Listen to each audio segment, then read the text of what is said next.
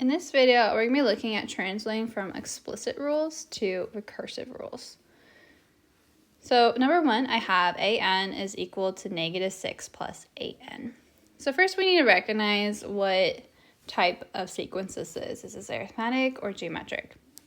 Well, looking at this, whenever I have that plus or minus in there and 8 or a number times n, that's going to be arithmetic.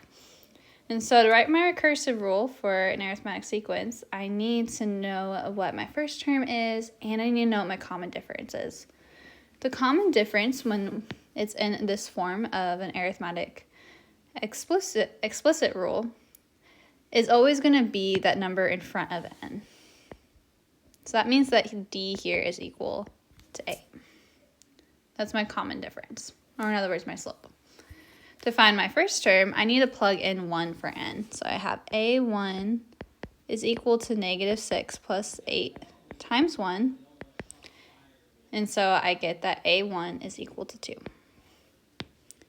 So now I can find my recursive rule. So I have an is equal to an minus 1 plus d. My d is 8, so I have an minus 1 plus 8. So writing my recursive rule, I first write my first term, so I have a1 equals 2. And then I write my recursive rule. So an is equal to an minus 1 plus 8.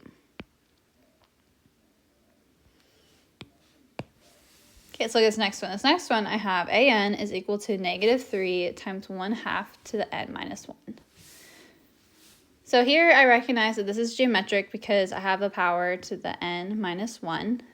And so this one we need to remember what each of those parts was equal to. And so we learned in geometric sequences that it's set up to be a1 times r to the n minus 1.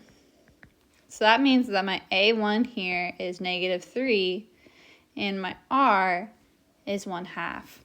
And so writing my recursive rule, I have that an is equal to r times an minus 1. My r is 1/2, so I have 1/2 an minus 1. So writing my recursive rule, I first write my first term, so I have a1 is equal to -3.